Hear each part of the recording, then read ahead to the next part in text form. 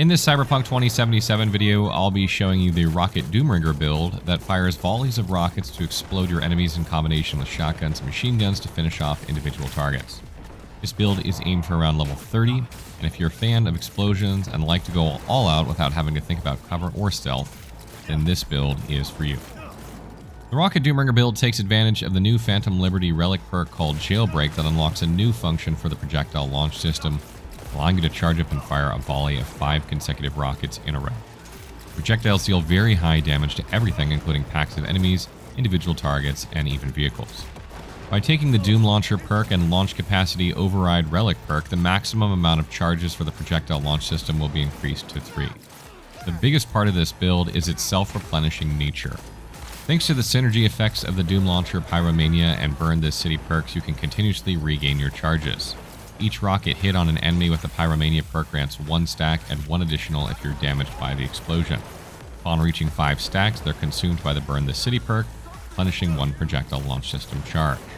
Since you release 5 rockets in every volley, you'll typically regain the charge you just expended immediately after firing, allowing you to spam it at will. You'll need to be close to enemies to have a good line of sight to fire the rockets, which will result in a lot of exposure to enemy gunfire. So a good part of the perk allocation of this build will go into health, damage mitigation, and health recovery. Additionally, many enemies are resistant to explosion damage, so we'll also invest some points into the left part of the body tree, which enhances shotguns and machine guns. These weapons deal an insane amount of damage up close, which works great with the overall playstyle of this build. Just run into your enemies and keep shooting point blank until they're all dead. When it comes to attributes, we'll be allocating most of our points into technical ability and body, while remaining points should be spent on reflexes.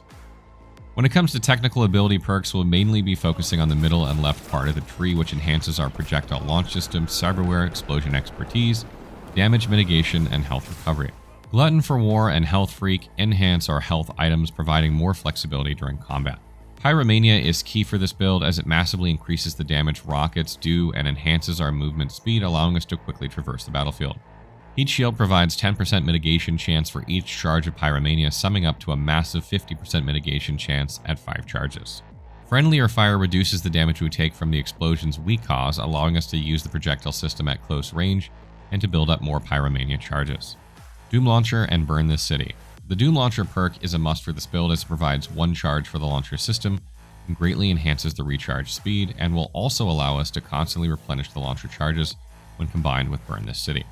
Ticking Time Bomb works great if you're running Sandevistan with this build, as it reduces all incoming damage by 50% for a short period of time, and then deals damage to apply a stun in an AoE, making it perfect for bosses or to deal with max tac teams. All Things Cyber, Licensed to Chrome, and Ambidextrous are all requirements for the Doom Launcher perk, but they also provide a massive boost to our cyberware and enhance our armor, which helps to mitigate damage. When it comes to body perks, we'll be taking the middle part of the tree to unlock Adrenaline Rush and enhance our survivability, and the left part of the tree to increase the effectiveness of shotguns and machine guns. Adrenaline Rush provides 35 health and increases the regen bonus from all sources. In addition, when you consume a health item or use a blood pump cyberware, you get a new effect called Adrenaline, which is essentially a barrier that mitigates damage to you on top of your regular health, indicated as a yellow bar. Juggernaut, Unstoppable Force, Bloodlust, and Pain to Gain, all of these perks were required to have Adrenaline to work. Unstoppable Force provides you immunity to movement penalties and non-damaging effects like knockdown or blinding, and you can activate it at any time by just consuming a health item and getting some adrenaline. The Die Die Die perk increases fire rate and reduces recoil as stamina reduces, allowing you to keep spamming bullets. The Like a Feather perk removes the movement penalty from shotguns and machine guns, greatly increasing combat maneuverability. Bullet Ballet reduces bullet spread while moving, allowing you to spam the machine gun while getting closer to your enemies. Spontaneous Obliteration and Close Quarters Carnage increase damage against close enemies and provides a chance to obliterate them, which gives the ability to sometimes instantly kill an enemy and dismember it when they are at low health. Rush of Blood gives you a massive 20% increased reload speed after dismembering an enemy, which compensates for the slow reload time of machine guns. Dread reduces the armor of enemies when using ranged attacks, allowing you to deal more damage. And finally, if you're having issues with single target damage, then Rip and Tear might be a great choice, allowing you to chain quick attacks with shotgun shots, both with 100% increased damage, making short work of individual targets at close range. And finally, we come to Relic Perks. For Relic Perks, you'll be getting the Jailbreak perk and the Launch Capacity Override perk to enhance our projectile launch system. We'll also be taking the Vulnerability Analytics and Machine Learning perks, allowing us to increase damage to single targets when using shotguns and machine guns. When it comes to equipment for weapons, you want to have at least 1 shotgun and 1 machine gun. Shotguns are the best for burst damage, while machine guns allow you to clear multiple enemies or to empty a complete magazine to neutralize a tough target.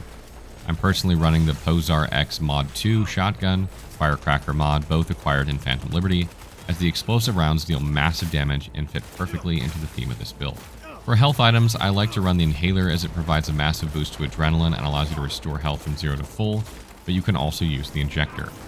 For clothing, you can use whatever you like, but having some extra armor is always good to increase damage mitigation. When it comes to cyberware, the first thing you'll obviously want to get is the projectile launch system.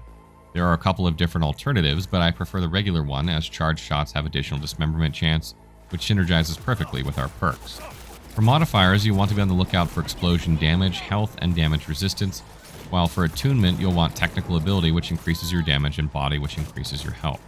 Second Heart for circulatory system allows you to revive at full health when your health reaches 0, and I highly recommend it even if you're not having issues with health, as it guarantees a restart if things go south.